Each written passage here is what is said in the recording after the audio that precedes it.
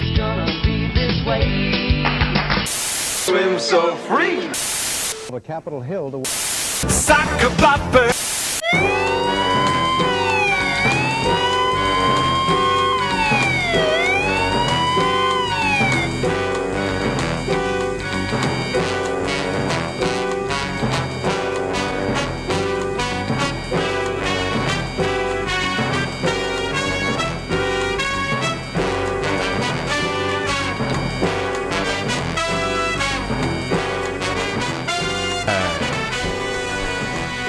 Back in time on another episode of Tune In Next Week.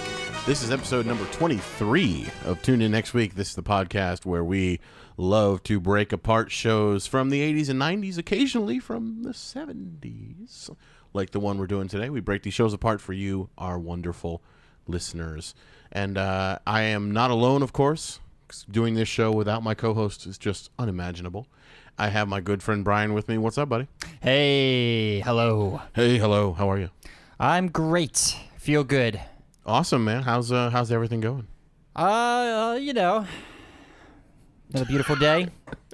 That's right. It is a beautiful day outside. I think it's, what is it, like 75 outside? Something like that, yeah. That's beautiful. That is beautiful.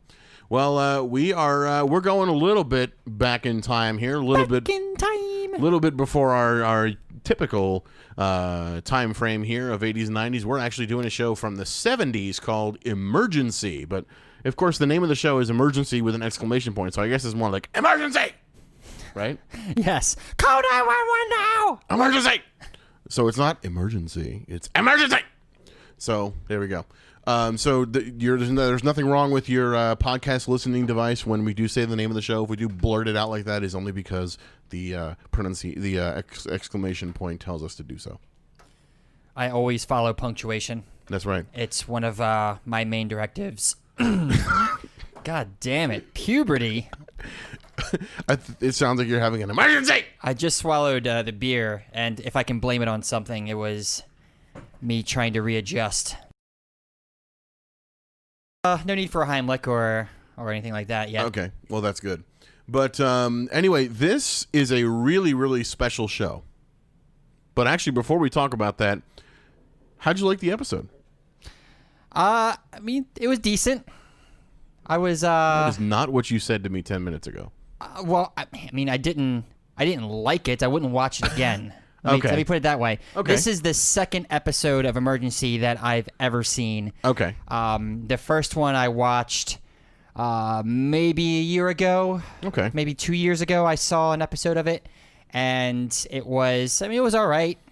Okay. It was... Nothing to write home about. Meh, yeah. And then I watched this one, and it was more of the same. It just didn't excite me. It was very, very dry.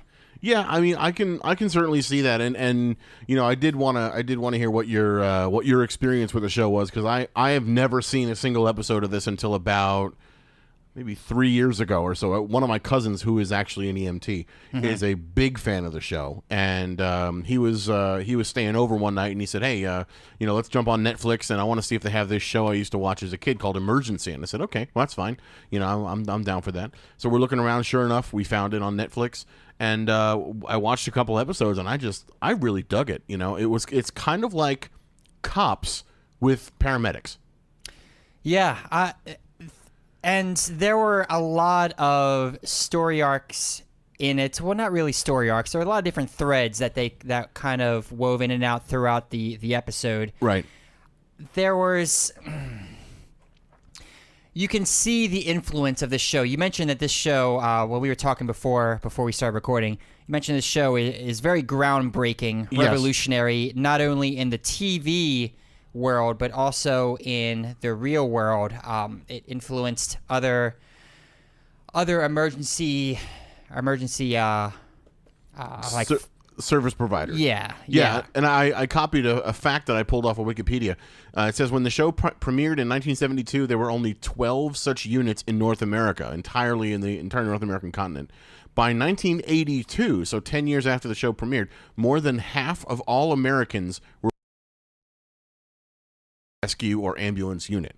That's huge. It's enormous. That's huge. So that basically means that this show in a 10-year period has basically gotten a whole nother career started for so many people. And that's something my cousin even said to me. He said that, a lot of people who liked this show went on to become paramedics because they were so motivated by it. And he even said that he feels that way as well. He kind of attributes his interest in being a paramedic to seeing this show. And I think that's fantastic. Yeah. Watching this episode and some of there's a couple of different things going on here. The dialogue, how the dialogue was presented, how the situations were presented in the hospital. Right. You can see how that influenced later shows like ER, Grey's Anatomy, Scrubs even.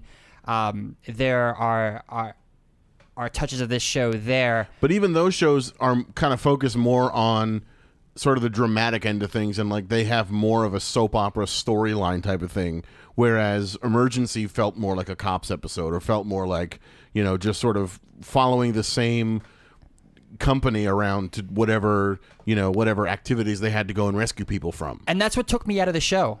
That's really what took me out of the show. That's interesting because that's what kept me in the show. No, for me, when they were at the hospital and they were talking to the patients and doing this and that, I was really engaged. But then an emergency, they would cut back to the firehouse, and then an emergency happened. Just like that. And it would happen, and it would be called out to someplace, and this would happen 3 or 4 times throughout the episode, and it just dragged on, and it just took me out of it. I checked out really a couple times during the episode, had to kind of rewind to pick up details that I just zoned out for. And it's funny you say that, because I actually wrote in my notes, right before they went to the last call, I literally wrote, the episode felt like it should end there. Yeah, it just when and we're going to talk about this in a little more detail in a little bit, but like when Roy kind of tells John, dude, just pay the $8.42 and be done with it, and John's like, yeah, I'm going to do that. That to me felt like an ending. Yeah, and then next thing we know, they go off to another call, and it's like, okay. When like the show could have been a 30-minute show, and I think it would have been a lot more concise. Yeah, because there wasn't much of a story arc to go from episode to episode to episode. Everyone kind of stood on their own. So if you're watching it just sort of piecemeal here and there, you could watch one episode and not really, and it wouldn't even matter where you started, season 2, season 4, season 5. It wouldn't matter because it's the same characters and the same thing. I mean, maybe there might be a new face or a new somebody, but you'd pick up who they were. Yeah, and because I appreciate what the show has done for the shows that have come after. I mean, again, citing examples of Scrubs and Grey's Anatomy and those things. But just the dialogue was really, really dry. I was more interested in the human interaction than what they were than the medical stuff. But I hear you. But you can say the same. I don't know. The shows that have come after have perfected that and have made it more interesting. I agree. And I want to point out also some of the archaic medical devices that they use as well. Oh yeah, like the glass IV bottles. The neck brace. The neck brace was looked like 2 balloons that were rubber banded around this guy's neck. Yep.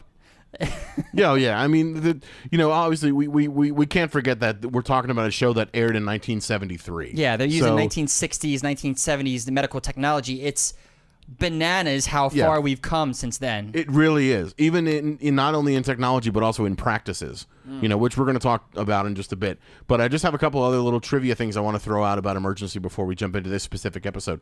So this show is a 3rd generation spinoff. What? It's a 3rd generation spinoff. Check this out. So it originally started you remember Dragnet, right?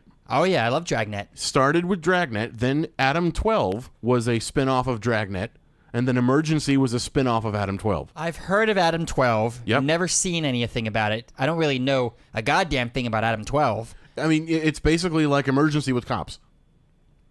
I guess it was I mean, and I think I might have seen 2 or 3 episodes of Adam 12 growing up, and it feels a lot like the same type of thing, following 2 cops around, but their call sign is Adam 12, much like... So you have Dragnet, which is following 2 detectives around, and Adam 12 is following beat cops around. Yep, then Emergency is following 2 paramedics around. Are there characters that were in the previous episode? So was there a character in Dragnet that precipitated the spinoff of Adam 12? No, not that I know of, or not that I saw in what I was reading. I could be wrong, but I didn't come across one. But I did see mention that the guys from Squad 51, so Roy and John, they were seen in 3 different episodes of Chips, which season 1 episode 18, What? season 2 episode 15, and season 3 episode 8. Squad 51 is in those episodes. So there was a lot of intermingling of the Emergency guys in some of the other shows, which I think is so cool, and I feel like we don't see that as much with the more current shows that are out there now. Well, you know what that means? We have to do Adam 12, we have to do Dragnet, and we have to do Chips. Completely, 100%. Absolutely. I mean, Chips is a great show anyway. Oh, yeah. But, okay. The other interesting thing I have here, and I don't know if you came across this, but Wikipedia showed that the show ran for 6 seasons, 1972 to 77. IMDb said it ran for 7 seasons, 72 to 79. Now, the last season was a bunch of TV movies.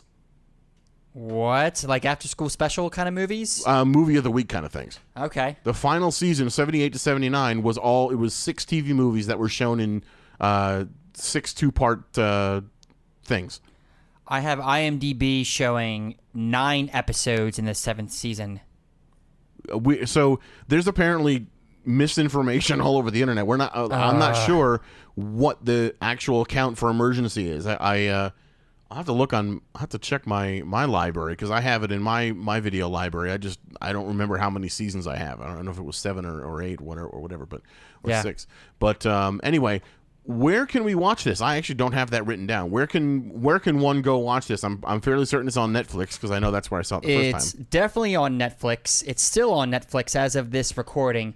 It is also on Amazon DVD. You can buy DVD on Hulu. You cannot watch it on Vudu. And I was not able to find it on iTunes either. Interesting. You may be able to find it on the Google store. You may be able... It's not on Amazon Video. I wonder if YouTube's got episodes. I know YouTube has some episodes of things now. Yeah, I mean, you can watch the entire canon of Home Improvement on YouTube. Interesting. For free. Nice. But, yeah. So, like, legitimately, you can only stream it on Netflix. Okay. Cool. And let me just see if I have anything else I want to throw in before we go to the next bit of stuff. Yeah, we pretty much talked about how this is the first real introduction to non-medical people about the importance of paramedics and stuff like that. And apparently this is sort of true in how paramedics were brought into LA. Because apparently LA didn't have paramedics, and in the pilot of Emergency, which I've seen, the pilot 2-part episode goes to bat for the paramedic program, and they wind up signing it into law and saying that LA will have paramedics because Dr. Brackett had a lot of pull. Yeah. He had some sideburns on him. Yes. Those were some viciously thick sideburns. I found it interesting also that the people that were top billed on this episode in particular were not necessarily the ones that had the most screen time. Right. So, yeah, that's just something that I found on my watch through. Yeah. This is the episode Computer Error. It is season 3, episode 14. It aired December 22nd, 1973, directed by Joel Olenosky. This show was created by Harold Jack Bloom, which I'm interested in finding out if he had any hand in Adam 12, Dragnet, or Chips even. I would think he would. I would think he did, or at least he was part of the creative team for those. This particular episode was written by John Groves and Robert Sinader. And we talked about the platforms that you can watch this on. Right. So I've got a plot synopsis from IMDb here. Synopsis. Got a plot synopsis. And basically John gets a credit card bill for $842 when in fact it should have been $8.42. After taking a girl on a date, and the station and Dixie hear all about it. The firemen rescue a young couple injury, and the girl may be pregnant, and Dr. Early is reluctant to take x-rays until her condition is determined. Later, the paramedics help a woman that fell into an old well, a magician trapped in a safe, and a man trapped in a junkyard fire that turns explosive when stored ammunition starts going off. That's a lot. That is a lot. This is a very, very busy episode, and I was kind of excited to get into it because, there's a lot going on here. Right.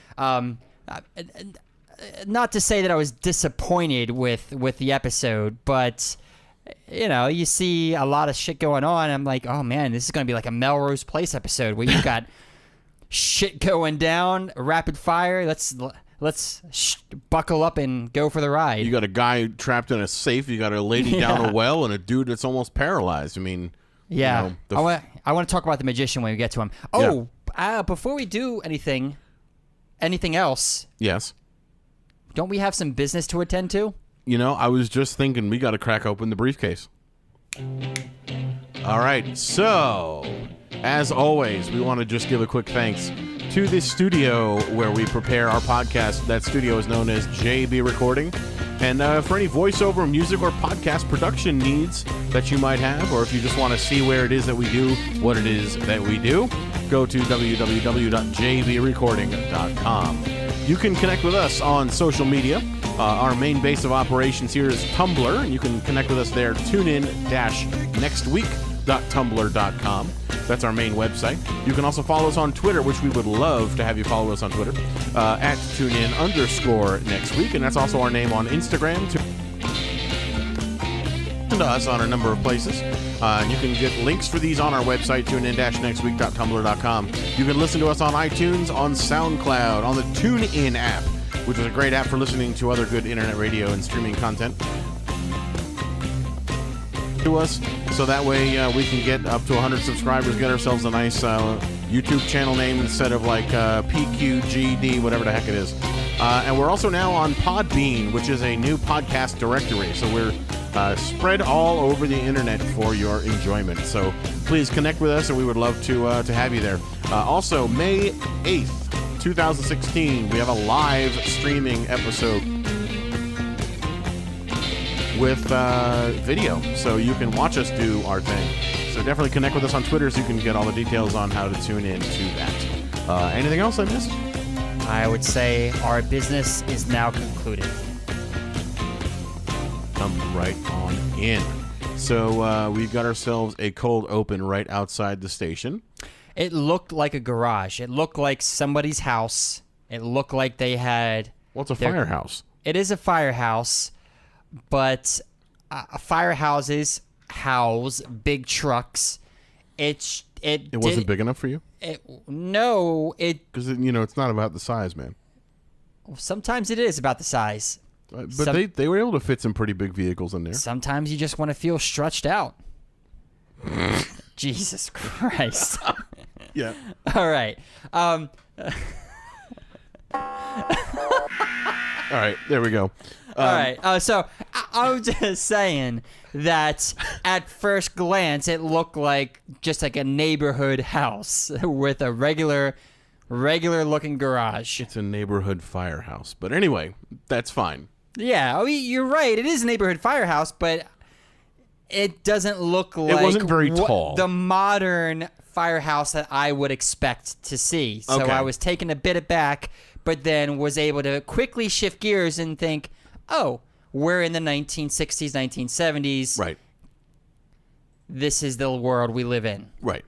So Roy and John, the two main characters there, they're chit-chatting about, and John said he has a personal matter that he needs to discuss with Roy. Now, the way he brought this up, it made it sound like either he was diagnosed with some disease or someone died. Herpes. He was talking about something, he was like, I got a personal matter I really need to talk to you about. Yeah, it was really weird. I mean, like, when you find out what it was he had to talk to him about, which, we know is something to do with his credit card bill, it's not that private. It's not that earth-shattering, I mean, I wouldn't, if I had to say that to you, I'd be like, dude, you're not going to believe this bill I got from my credit card company. It's crazy. Yeah. But I'm not going to come to you and be like, I have to discuss a personal matter with you.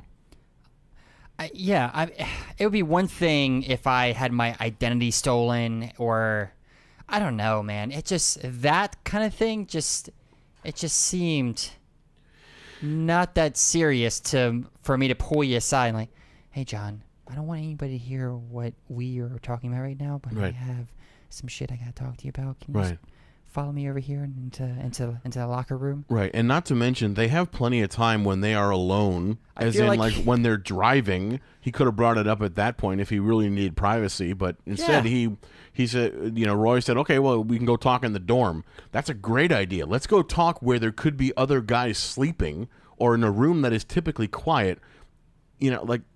No. Oh, and as it turns out, there was somebody else in there. Uh-huh. Yeah.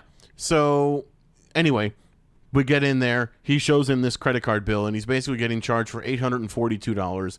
And he says, this is ridiculous. I only used my card once, and it was to take a girl out to dinner for $8.42. Yeah, and where the hell are you going with a date, and you're going to pay $8.42? Well, this is 1970s money. Well, yeah, but I could think of going on a cheap date and making it last for $8.42. Did you ever watch the movie Half Baked? No.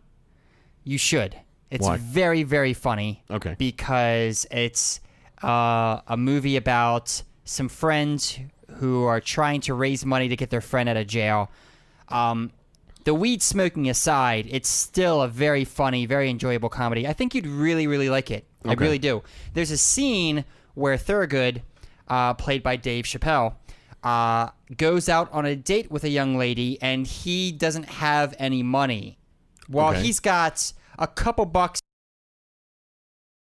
stretch the date out longer because things that she wants to do all cost money, but he's able to kind of direct it around to extend the date out longer while spending as little money as possible. That's a talent right there. They buy a hot dog, they buy ice cream, and they do other kinds of things, but Dave Chappelle is able to stretch the date out without having to spend much money.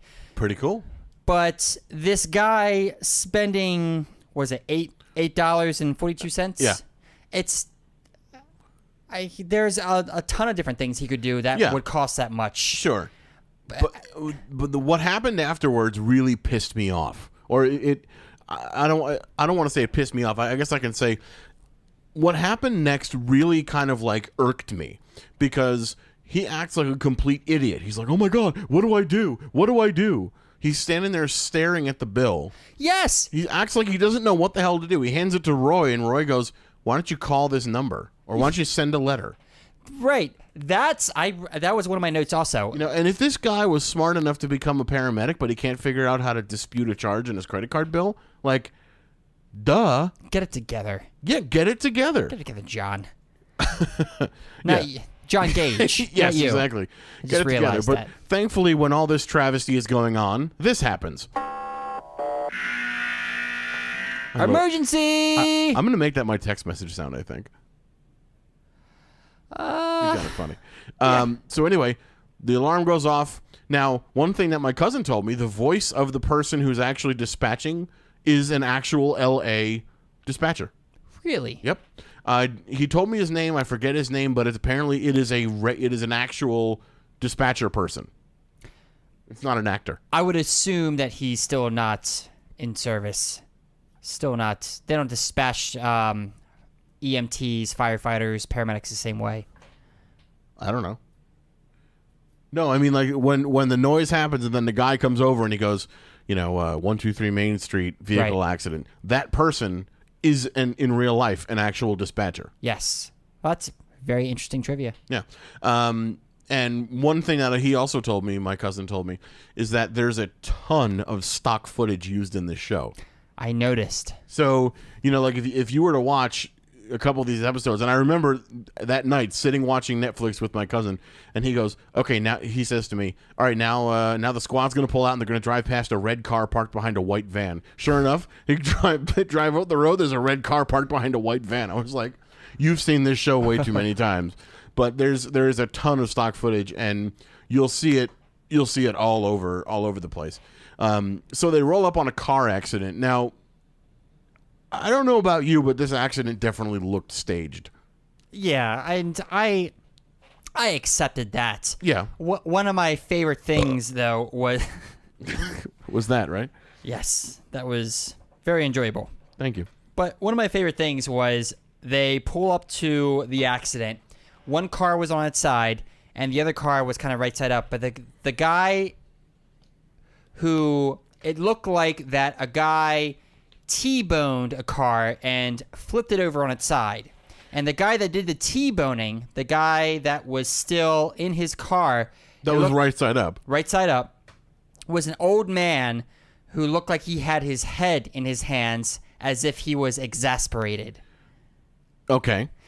And we don't find anything out about him. Well, apparently he was fine. He was or fine. I guess he just had a couple of cuts and bruises. But, I was trying to figure out how the scene happened, and I was having trouble putting it together, because obviously the car that was up on its side would have had to have been flipped somehow. Yes. And even if you think about this, if he's coming from the right and that car's coming from in front, and they're going to meet in such a way where he's going to hit them in the side, he's going to push them straight. And that car's going to slide on its wheels. Yes. It's not necessarily going to Not gonna rotate. flip. Yeah. No. So unless it, unless maybe it hit the curb and then rotated up on the curb, like I didn't see, but the car looked like it was in the street anyway. So it was up against the sidewalk. It was in the street, but it was up against the sidewalk. yeah, but I mean, even then, I feel like it still would have. Maybe the car would have done a barrel roll, like if the curb was tall enough, maybe it would have hit the curb and then barrel rolled up onto the lawn or something. Like I was curious as to what the circumstances would have been to produce the accident scene that they rolled up on. So here's what happened. The car that was flipped, the car that had the couple in it, right, ran a stop sign, and they ran a stop sign and were T-boned on the driver's side, right, by the old guy. By the old guy. And what it appears what happened was that they were pushed to the side, as you said. Right. But there's no way for them to have flipped up on their side. That didn't add up. It didn't add up, but whatever. They flipped up on their side, and the old guy in his car, who looked like he was dead, he wasn't moving, but his head was in his hands, like he was exasperated. And he had like some blood on his head too, I think. He did? Yeah, a little bit. Or he had some ketchup or something on his head. It didn't really look very real, but yeah. But we don't hear anything about him again. Right. And okay. And I made a note that I felt like the black car that was up on its side looked like it was like a 1950s car or 1960s. It was definitely not a 70s car. Yeah, older, but not too old. Correct. Yeah. So and I later found out what the deal with this was, but apparently the guy in the car that was flipped up, he looked naked. He was naked except for swim trunks. But yeah, we found out they were him and his girly girl that were there. They were surfing. Yes. So we find that out later, but it was just kind of like, that's random, Yeah, I was thinking the same thing. I had my note was, why is he shirtless? Or why is he naked in his car? Right. Okay. So then Squad 51 they get there, and then the dude. I forget which one of them. I think Roy called it in. He calls in to the hospital. Now, for those that have never seen the show, the early paramedics couldn't do anything on a scene until they spoke with a doctor at the hospital they were going to and got a doctor's approval to treat the patients on the scene. So what would happen was the paramedics get to the scene, they pull out this orange box, which was basically a 70s version of a cell phone, but it would be a direct radio link to the Rampart Hospital. Or whatever hospital they were going to, and they would basically get on the radio and say, "Hey, this is Squad 51 calling in. We have, two victims, one male, one female," and then they would give the vital signs and all that stuff. Then the doctor would have to get on, and they record these transmissions also. And the doctor would have to get on and say, "Okay, administer an IV, do this, be careful moving them at all." But he goes specifically on what the paramedics are saying, and the paramedics can't do anything without the doctor giving them the go-ahead. Mm-hmm. But thankfully, that's become a thing of the past because that would be extremely inefficient nowadays. Yes. Were you taken out, or did you notice the poor ADR? No, I didn't notice that.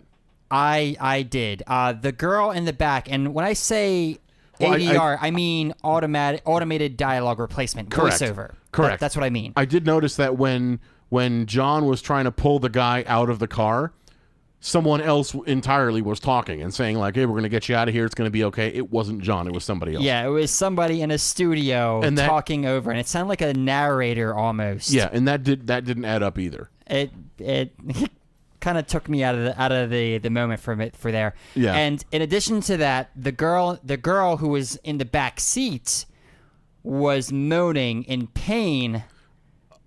Oh yeah, I have something about that later with one of the other rescues. Yeah. Okay. Good. The moaning was more sexual It than sounded pain. sexual. Yeah. She was in the back seat in a car wreck, but her moaning, which was dubbed over, Completely. and sounded as if it were being narrated because the ADR was just kind of poor. Just made it sound like the guy was pulling her out of the car and he was just trying to reassure her, but it sounded like sex. Yeah, It sounded like straight up sex was happening. I'm so glad you brought that up. Yeah, I mean, it's like, okay, I understand you're in pain. Let me. I'm gonna slowly bring you out of the car, and we're gonna be careful not to hurt you. Oh yeah, we're gonna bring you out now. Yeah, I'm gonna take you out now. Oh yeah. Like, Right? yeah, All right. that's so really it's not that, just me. That was so believable. I thought it was just me. Nope. Okay, and then of course the last thing we hear is when they're bringing the guy out. The doctor on the other end says, "Be careful moving him. The slightest movement could be fatal. No pressure." Yeah. No pressure. Just, be careful. If you jostle him just a little bit, you could kill him. But, hey, no pressure. You just, do what you can. Yeah. And then roll credits. They right. End of the episode. Right. They pull out the jaws of life, which at this point in time is pretty much a giant chainsaw. That's what they are anyway, right? Yeah, they just kind of chainsaw the top of the car off. Well, it was like these little spreader things that kind of spread the top open. But Yeah. Those things are pretty impressive. Yeah, so they get the guy out of the front seat, and he's all like, "I can't feel anything," and they're shining lights in his face. "I can't feel anything." So Yeah. they put him on a stretcher with some balloons on the side of his neck, Yeah. tied Now, to the side of his neck. we're talking about when we're at the hospital now, right? Well, yeah, they put him on a stretcher and they take him away, and then we do like a commercial break, and no, we do opening credits. Right, that's the opening credits. Yeah. Then we're back, and the other doctor, Dr. Early, who I like him. He's pretty cool. He's examining the woman patient, and he's saying, well, hey, and she's saying, hey, what about Freddie? Is he doing okay? And he says, well, hey, you worry about you right now. And then something really interesting happens here, and I want to get your perspective on this. So, obviously, when you're in a car wreck, one of the first things the doctor's going to want to do is take an x-ray. Let's get a look at your bones. Let's see if you broke any bones. Yeah. He doesn't. Do you agree with this? And do you know why he doesn't? Well, I do know why he doesn't, because I saw the episode. Right. But it was kind of weird to me because I just didn't think that x-rays would really affect a fetus that much. Yeah. He thought he was pregnant. He suspected he was pregnant. She was pregnant. Right. Because of her abdominal pain. Right. And I mean, I made a note of this here.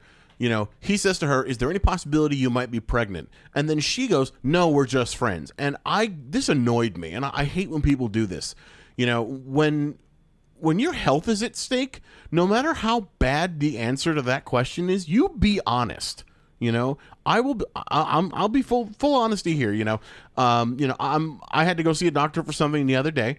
They had to ask me some questions about, things I had been doing, my habits, and some decisions I had made. I had made some bad decisions, but I admitted to them because ultimately them knowing about what my history is and the decisions that I've made and what I had done will ultimately help them give me the correct care and help me get better.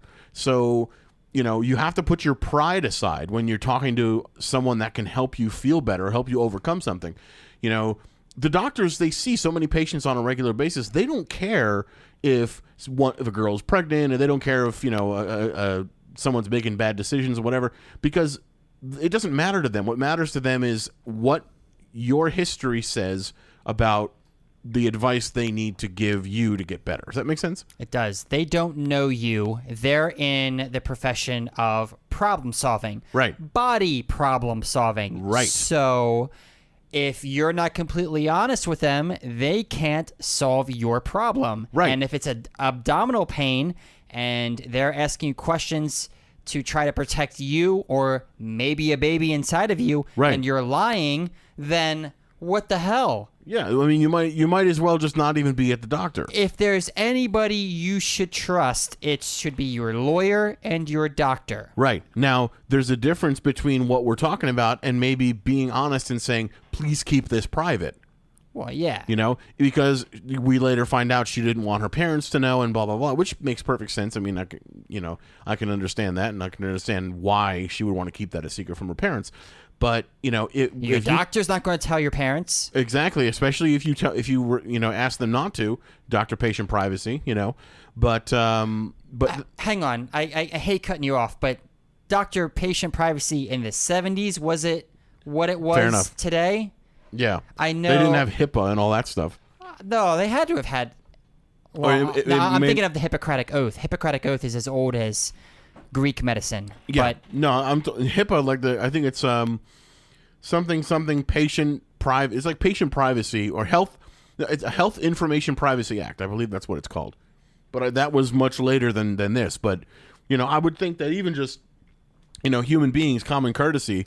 If I confide in my doctor and I say, please keep that between us, they're going to do that. Whether or not they do, that's another story. But, that would just be a matter of whether or not the doctor was an asshole. Right. But I didn't get that vibe from Doctors Brackett and Early. They seem like they're pretty good guys. HIPAA, by the way, is Health Insurance Portability and Accountability Act. The doctors and nurses are... My acronym sounded good, too. It did, and it stayed in the same realm. I really thought it was Health Information Privacy Act. Health Insurance Portability and Accountability Act. I like mine better, but anyway. I do. Honestly, I do too. Because I want my health information kept private, but yes. Anyway, aside from that, what's going on now? So now we're at the hospital. And we have this whole discussion about, we're not doing the x-rays because we think that she's pregnant. She's lying through her teeth. She doesn't appreciate the doctor is trying to help her. Right. And I love this interaction between her and the doctor. The doctor's just asking questions, and she's like, do you have to keep asking so many questions? Well, are you pregnant? And she's like, no, I'm not pregnant, and I appreciate you stop asking me questions. And she turns her head. Humph. Oh, forgive the doctor for trying to do his job. Right? Come on. Just now. because you had a night of... and you don't want anyone to know about it, I mean, that doesn't change the fact that you're pregnant if you're pregnant. So you might as well just shut up and deal with it.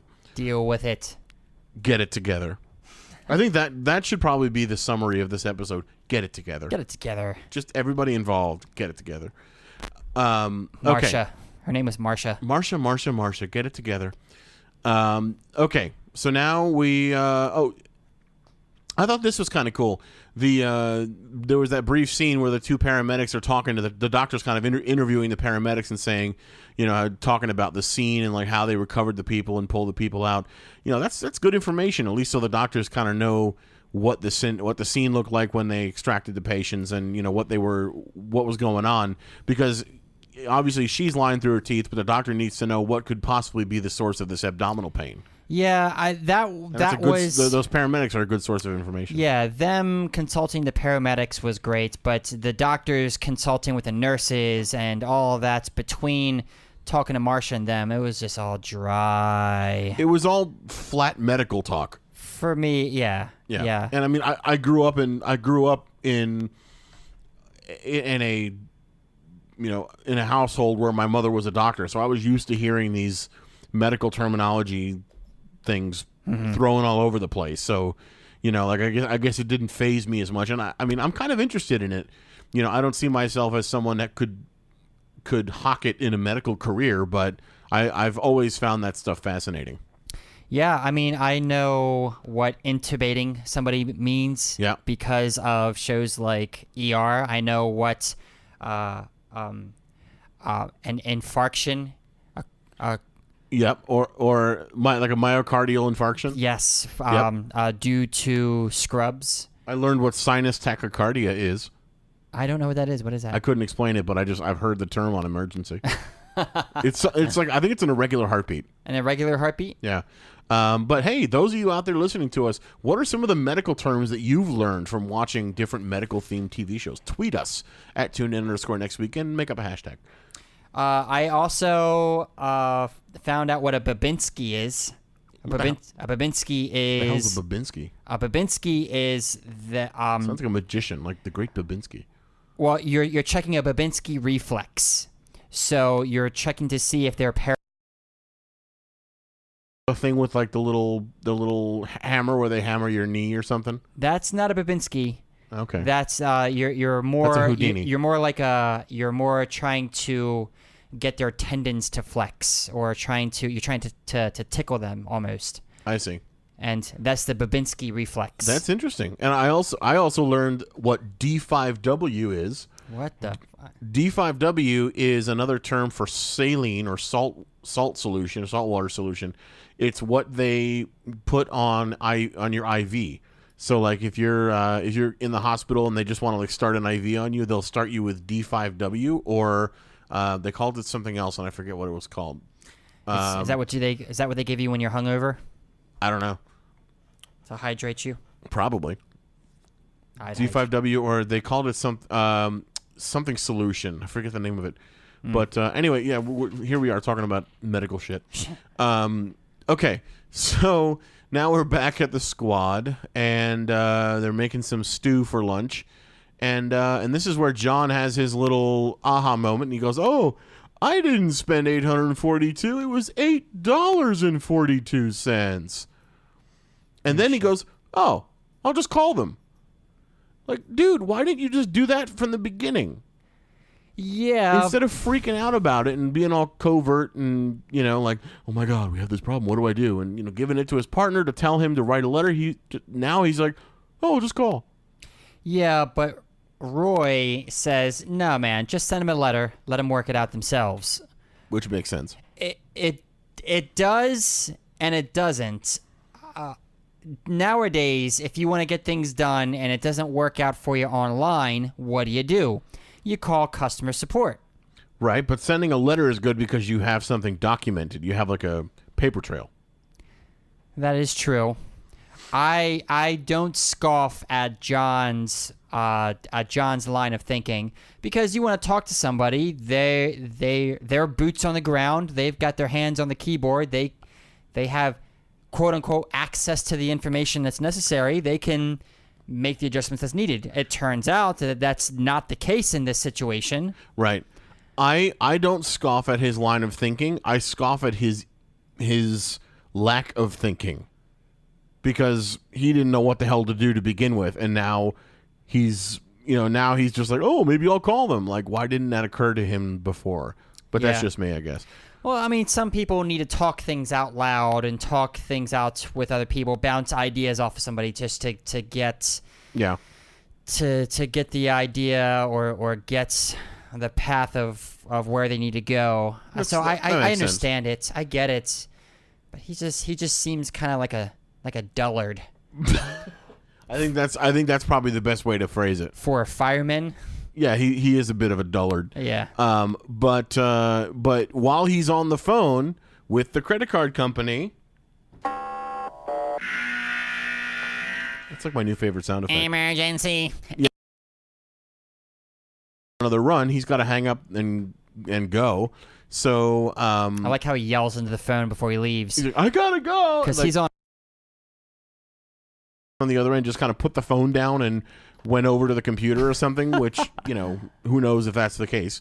But he hangs up and they drive over to the next little rescue, which was ridiculous in its own bit. It's a sinkhole. Right. There's a lady in her backyard hanging up laundry and an abandoned well that she was standing over that was in her yard. The ground opened up beneath her and she fell down into the well. Now, there's quite a number of things going on here. Now, I got to ask you before you go into this. All right. Did it not look like when we finally saw the area that the woman had fallen down in, did it not look like something that had been like dug out and then specifically covered over as if it was like a horror movie area where you could store like a prisoner? So, yes, it puts the lotion in the basket kind of thing. That's exactly what I was thinking. Listen, to me, it looked like somebody had Looney Tunes her. They dug a hole. They went to Home Depot and bought like or whatever the Home Depot equivalent of 1973 right. was. They went to the Home Depot equivalent of 1970, and they bought sod, like a blanket of sod, and just put it over this perfectly square hole. Right. And she's hanging up her laundry and just exactly like Wile E. Coyote just like nabbed her finally. Yeah, and so then somebody calls the paramedics, which obviously makes sense, and then and then John goes to rescue her. Oh yeah. Oh okay. Go on. And we have another poorly overdubbed moaning sequence. We do. Before that, though, the boys pull up to the sidewalk. They get out of the car, and there's what appears to be some news box neighbor. The earth just swallowed her up. That's what she said. She was wearing this big moo-moo. That's the first line of dialogue. The guys get out of the car. The earth just swallowed her up. So they get out. They get in the backyard. There's neighbors everywhere, all in the backyard, looking over the top of the fence. Right. And the boys just look at it like, oh, I'm in a sinkhole. So they get some ladders. Yeah, and then they peer through, and this woman is standing at the bottom of the well in quicksand. Right? Come on now. I mean, how believable is this? Quicksand, where does quicksand occur? That's in, like, Africa, right? Yeah, I guess. But apparently Buffalo Bill, who made this hole for the woman to put the lotion on herself, apparently he decided to make it more interesting and put quicksand at the bottom for whoever gets stuck in there. And then, of course, they get a couple of ladders, and John starts to climb down, and then there's just... She's just moaning. She's moaning while they're trying to pull her up. And while he's going down... So they do a clever thing. They put a ladder across the sinkhole so they can kind of walk on a ladder and look down into it. That was clever. They do. Yes, it was. And they put another ladder straight down, and she's grabbing it, and as she's grabbing it, oh, that's happening. So then they cut back to the neighbors. The earth just swallowed her up! She said it 2 more times in this episode. Bitch, don't you have anything else to say? But anyway, so the John goes down, picks her up, brings her out of the hole. Yeah, she moaning the whole time. They bring her up, and she's like, "Oh, thank you so much for rescuing me, but I just gotta go and take a shower and change out of these clothes," and then she's out like a light, and she just passes out. Yeah. Now later on, when we see her at the hospital, that pissed me off. But we're gonna talk about that in a little bit. So now, let's see. Okay, so now we're back at the hospital, and the car accident, the guy who was driving who was shirtless. Oh, hang on, I'm sorry. Yeah. They radio into the hospital before she faints. I think John radios in the hospital. "Hey doc, this lady was in the well. She passed out. What's going on?" And the doc says, "Give her amyl nitrate. That'll bring her about." What is that? Amyl nitrate is a gas that you breathe in. Is it like smelling salts? Similar to smelling salts. It's notorious for being abused by people that want to relax their muscles for anal sex. Wait, Have you ever seen the movie Blue Velvet? no. No. Did you say amyl nitrate or anal nitrate? It's amyl nitrate, spelled AMYL nitrate. It sounds like ANAL nitrate. Well, it's funny you should say that because it is abused primarily for people that want to have anal, ANAL, butt sex. Yeah, they want to do butt stuff, so they breathe in amyl nitrate to kind of loosen up a bit. So I did not know that. well, today you learned. Wow. Today you learned. The movie Blue Velvet with Dennis Hopper, Kyle MacLachlan, too many other good actors and actresses to count. Directed by David Lynch. It's a film noir film. Okay. Dennis Hopper famously takes amyl nitrate while he does things in the film. Not butt sex, but Blue Velvet is a fantastic film that you should watch if you're into crime dramas. Okay. Yeah, so Cool. that's all I'll say. Okay. But yeah, moving on from sex talk with tune in next week. Right.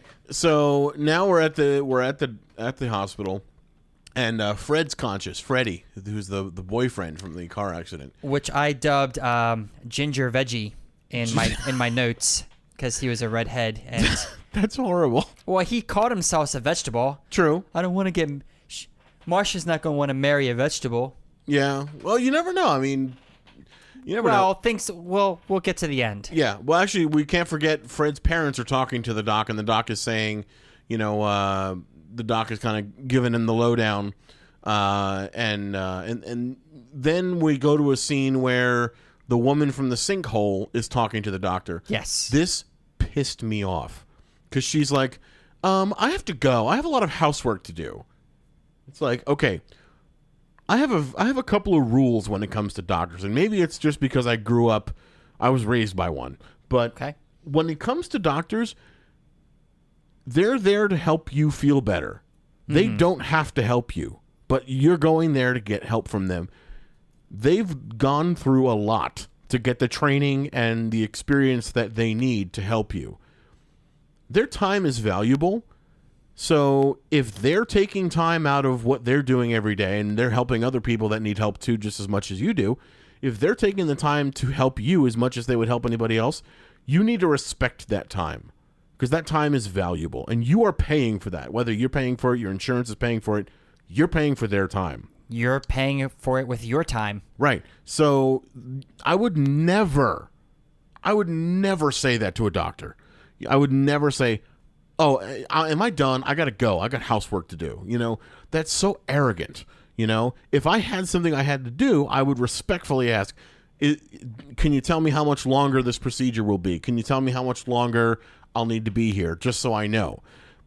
But I mean, I would never be so arrogant as to phrase things the way that she did and that I've seen other people do. You know? That's just my opinion. And I mean, obviously time is money and everybody's time is important, but I guess I just hold doctors in a different regard. I've had a couple extended hospital stays, and it's frustrating when you're not really fully in the know and all you want to do is get out. Hospital rooms can be very lonely. Oh yeah. Very depressing. No, that's the worst. Scenario is easy. Everything has a procedure. There's probably a mountain of paperwork that has to get done for everything. Mm-hmm. So there's probably a lot going on behind the scenes that they don't involve the patients in. But when you're out of the know, you have nothing. So all you can do is sit there and wait. Yeah. So that sucks. I do get that. Right. But yeah, she isn't really the most appreciative person, especially considering that she doesn't have any broken bones, considering that she fell 8-10 feet down into a sinkhole. Yeah. Yeah. Count yourself as lucky. Yeah, absolutely. Bitch. That's right. So, okay, so now we're back with Dr. Early's female patient, and we found out that she's not pregnant from the tests. And then we're talking with Fred, and I guess I forget which doctor was talking to him, But he said, "Oh, was Marcia sick before the accident?" And Freddie says, "Yeah, she was sick, and I had to carry her in." And then Dr. Early, I think it was, said, "Is there a possibility that Marcia could be pregnant?" And then he hesitates and says, "Yes, she might be. We were all set to get married." Yep. And it's like, dude, thank you for being honest, but now we know that your girlfriend is a bold-faced liar. Yeah, but this is where he says she's not going to want to marry a vegetable. Yeah. And that's when I refer to him from my notes onward as ginger veggie. It's horrible. He said it himself. I know. That's just I don't know. I get it. Yeah. Okay, so now we're back at the squad building, and Gloria is who is the credit card rep. She's on the phone for John, and I wrote this line down. Chet, who's one of the other firemen paramedics there, he's a ball buster and whatnot. He's the one who tells John he's got a phone call.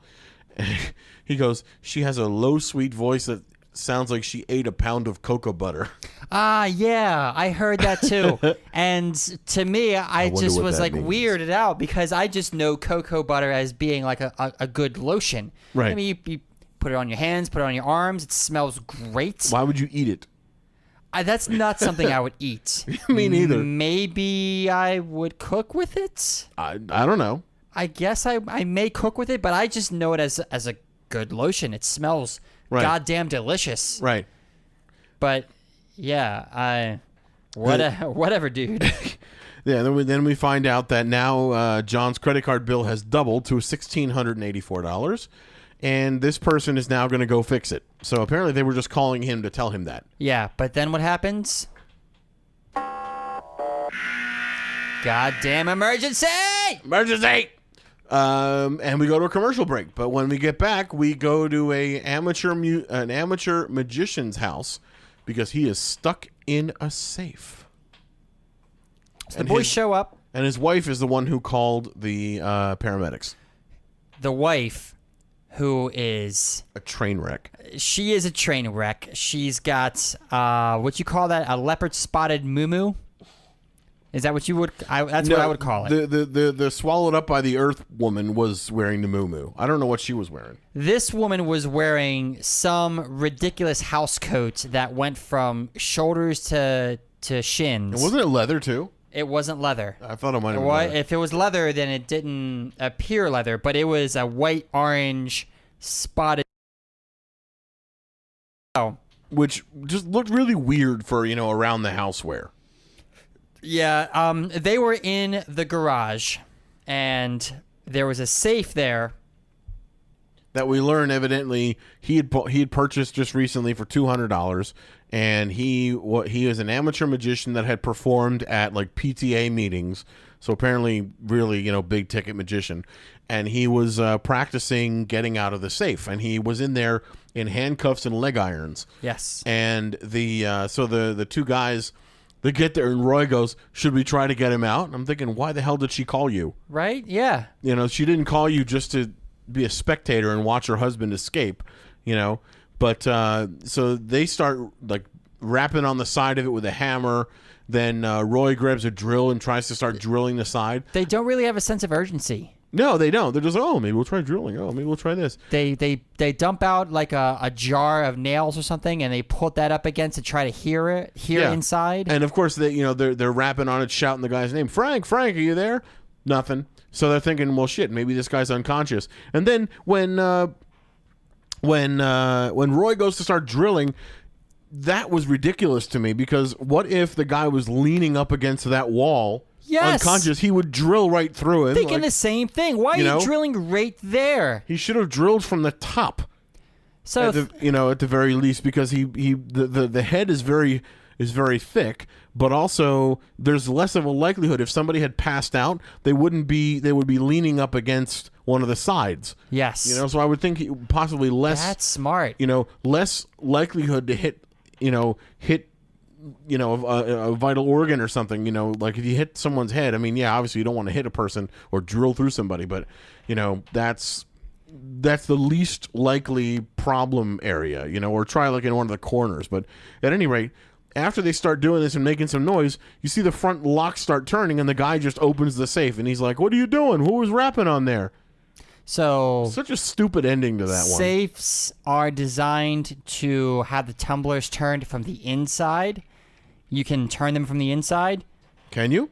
No. I didn't think so. That's ridiculous. Yeah. So, I mean, this was clearly just a stupid gag, but when the husband gets out, he's in the leg irons, but his handcuffs are off, and he says to his wife, like, "Hey, why did you call the paramedics?"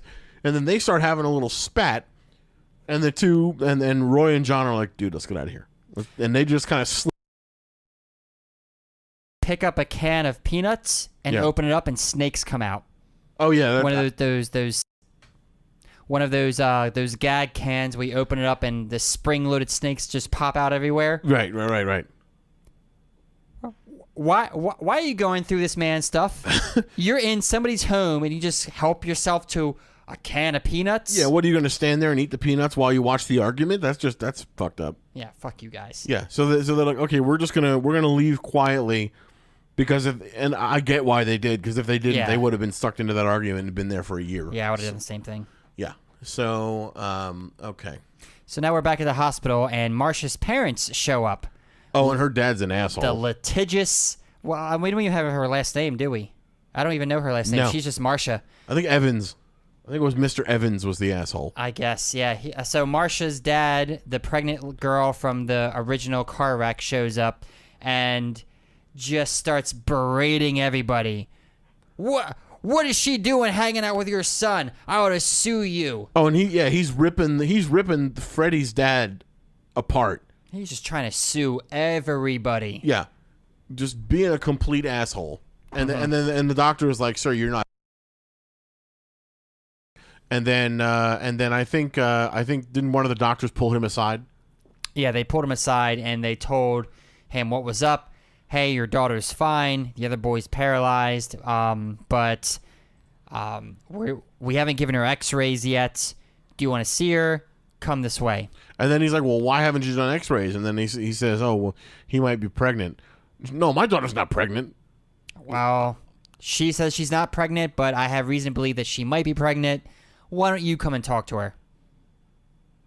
Yeah. Well, he's like, "Oh, my daughter can't get pregnant." And I wrote here, "Yeah, she can. She got fucked." She did get fucked.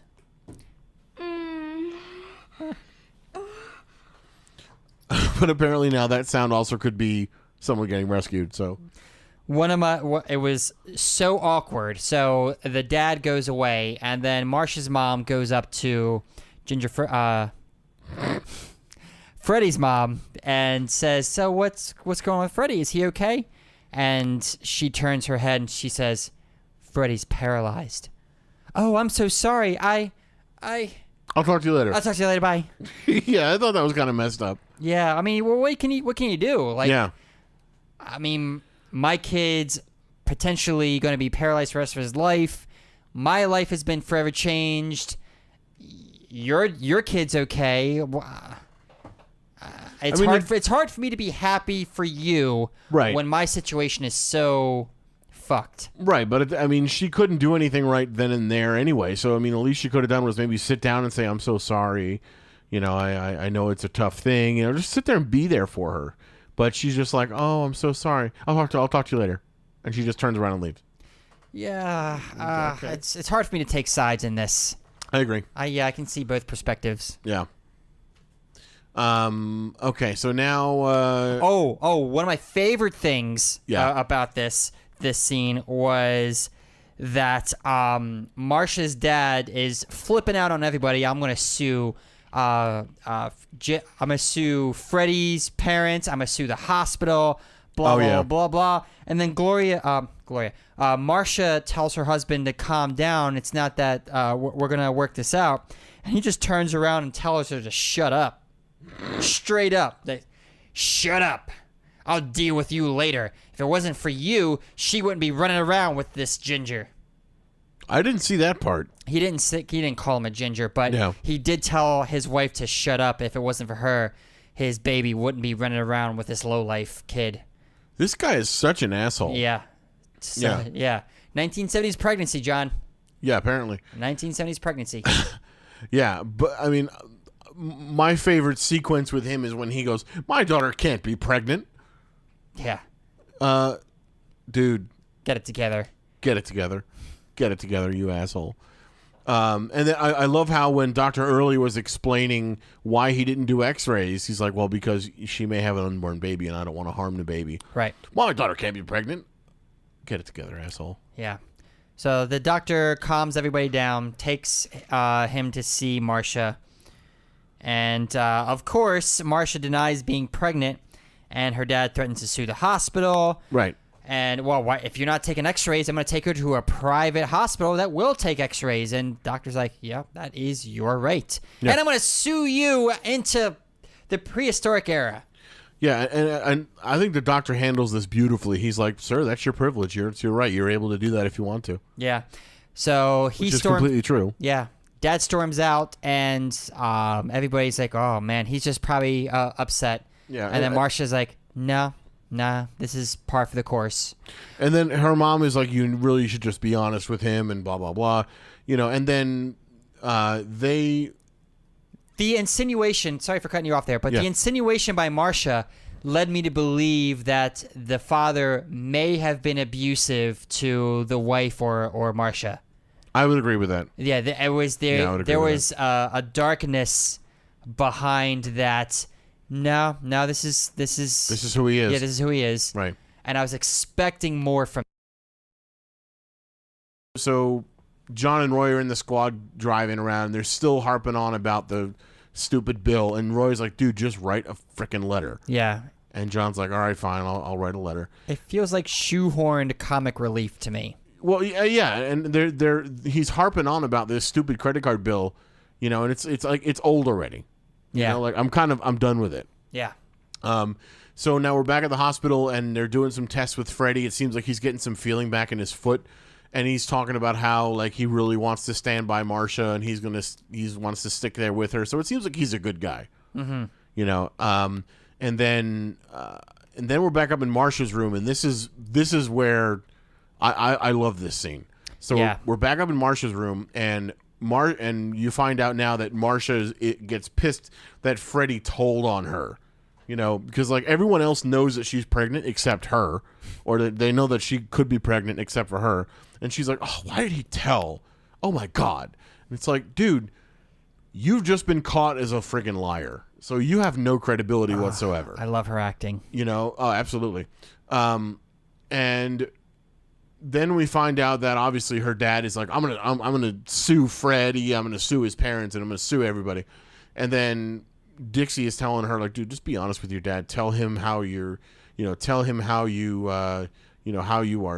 feeling and what you're pregnant. You know, it's the only way you can get through to him, which makes perfect sense. But this is when he's talking about transferring her to the private hospital, Right. and being a complete prick about that. And this is where she comes clean to her dad, and she's like, no, I don't want to get transferred. I'm actually pregnant. And then the dad's like, what the fuck, you know? I was expecting him to punch her in the goddamn face. Yeah, I know. And then he and Dr. Early actually they sit down and kind of have a heart to heart. But as he's walking out, this was the best line, I think. And the dad says to Marcia, think of your mother and how you've insulted her. And then the mom just goes, I'm not insulted. I'm ashamed at you. Yes, I was like, yes. Whoa. The mom is like, I'm ashamed at you and how you've made our daughter scared to talk to us. I was like, whoa. And then the Dr. Early is like, I'm going to step in and take the dad downstairs for some coffee, and we're going to just have a little chat. Before he starts wife beating. Yeah, exactly. I'm going to try to save these people's marriage, and this is where Dr. Early just nails it. He just completely nails it.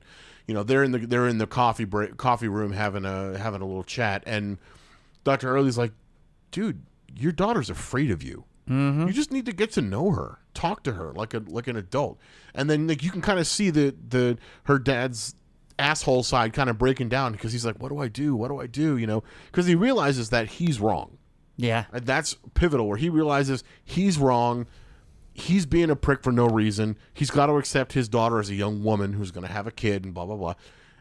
And I think he becomes a good guy after this.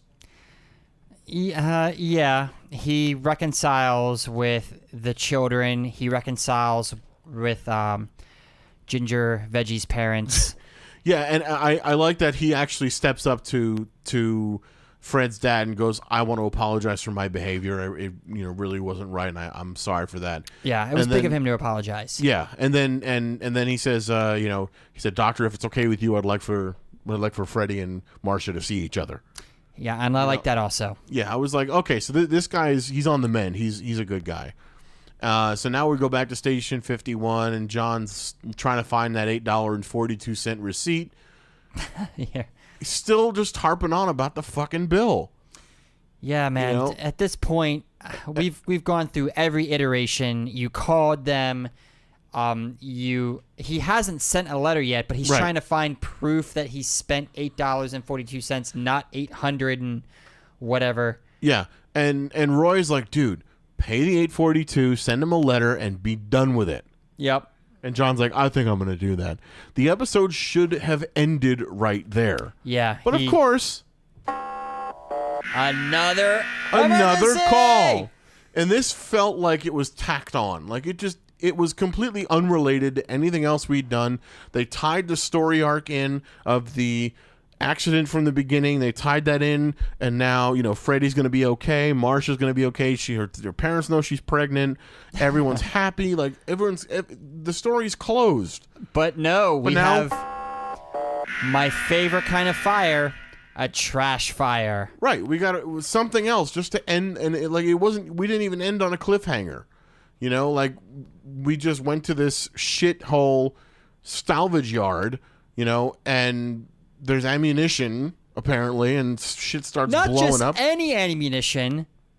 Not just any ammunition. White phosphorus. Mm-hmm. White phosphorus that they used in Vietnam. Oh, lovely. The shit that just burns and decimates. Right. This is nasty, nasty stuff. And it's just discarded in a junkyard? Yeah, with like old car parts and tires. Now, I liked that there were explosions everywhere. I liked that they put some production value into it, but it really looked like fireworks. Oh, it totally did. And also were there bullets in there too? Because yes. I distinctly heard bullets. There were bullets ricocheting.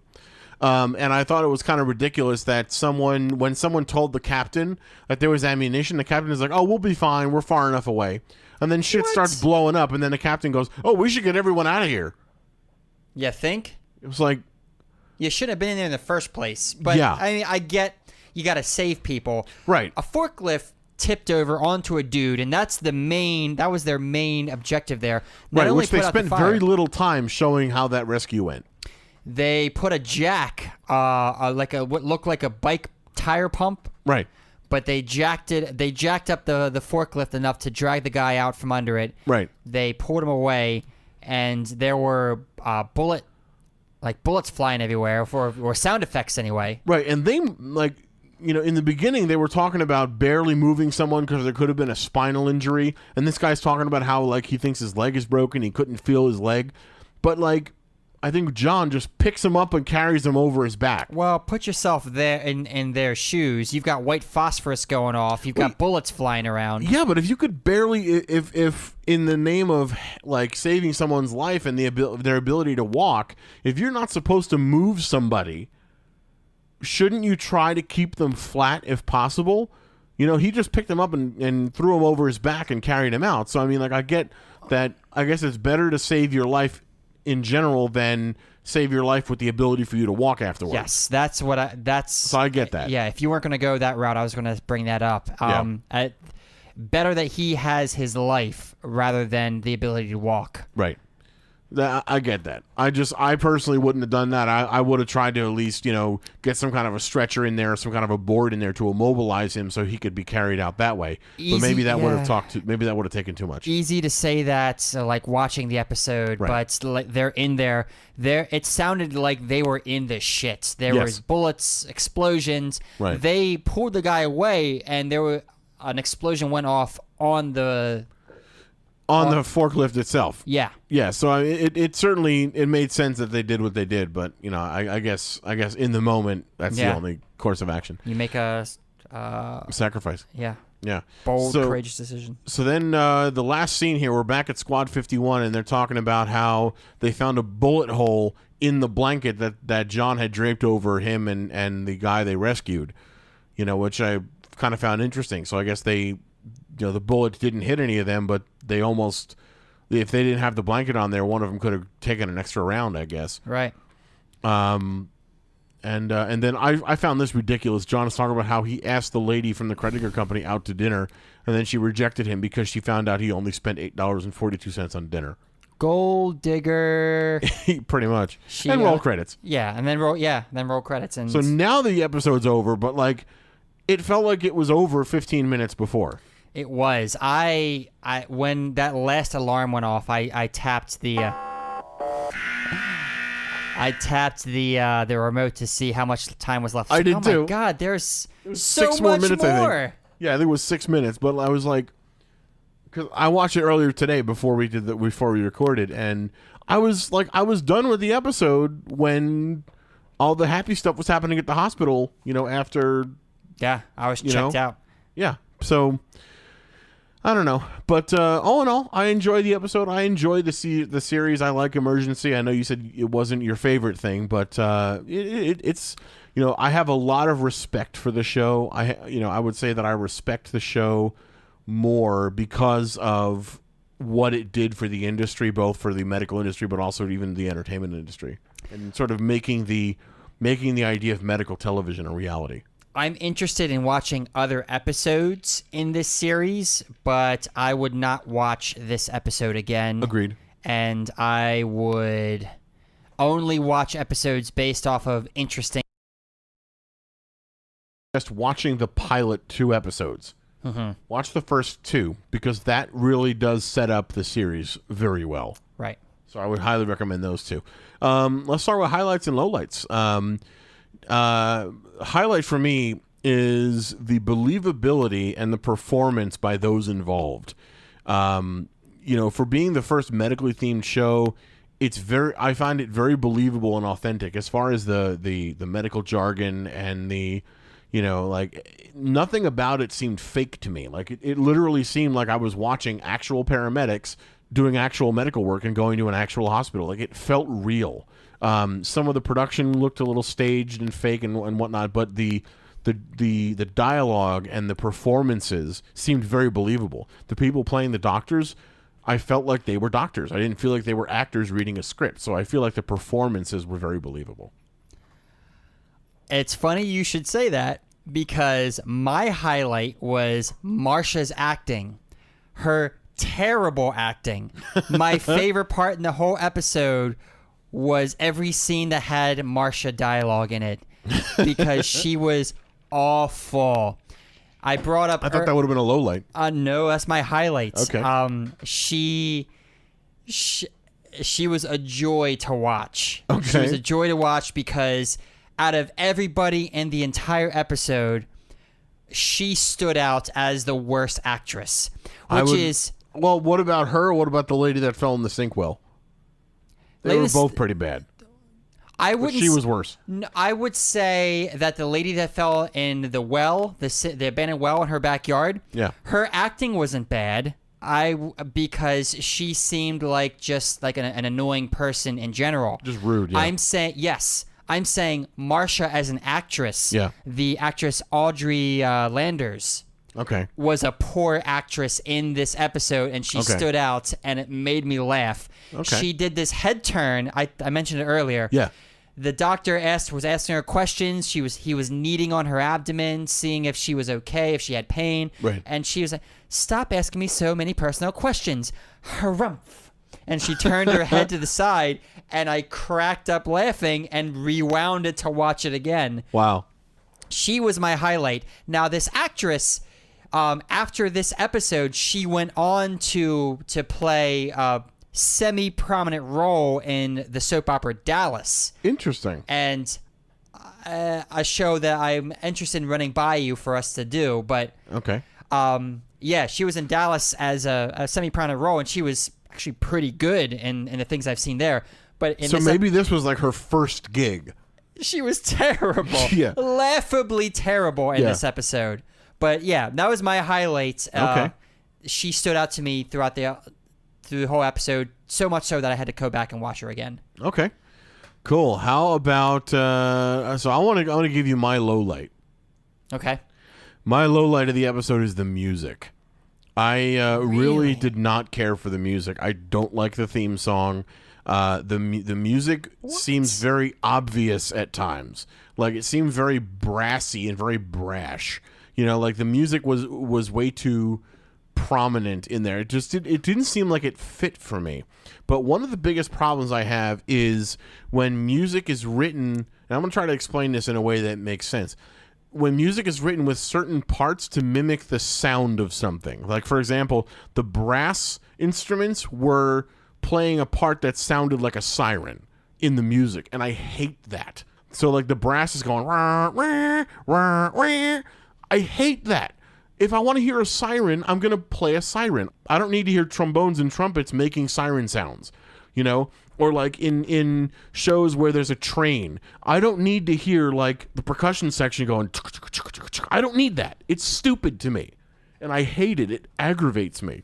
So, you know, I don't like when music is written in such a way to mimic inanimate objects.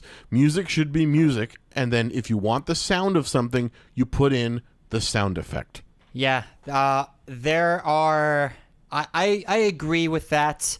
You know, it's like when you have an instrument that is not intended to make a specific noise, play a specific part that's supposed to mimic, you know, a train or like a siren or something like that. I hate that. It's so stupid to me. Yeah. Yeah. If you're watching a visual medium, like a TV show or Yeah. a movie or something like that. Sorry. Anyway, that's what I didn't like. I didn't care for the music of. So Right. that big diatribe is basically just me saying I didn't care for the music in the episode. All right. My low light is the dry dialogue. I appreciated the medical talk and things like that, but the incidental dialogue was just, I was over it. It was not. Now that kind of dialogue turns me on. You mean somebody getting rescued from a well? I'm kidding. Yeah, well, that wasn't Or a too car bad. wreck? That wasn't too bad. It was.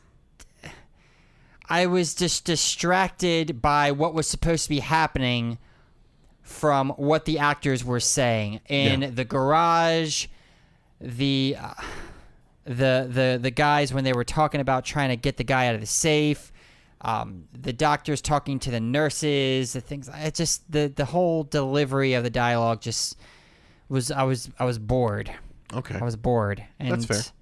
Yeah. But you know, that's the beauty of this podcast and the beauty of things like this is we get to talk about how we feel and, you know, what these shows say to us, and, you know, we interpret them in different ways. You know, like I really enjoy the medical aspect of it, kind of like what you were saying, but I agree some of the dialogue was pretty stale and pretty vanilla. So, but that being said, that actually brings us to the end of our episode of Tune In next week. Yeah, I think I don't have Can you anything believe else. I can believe it. I can believe it too.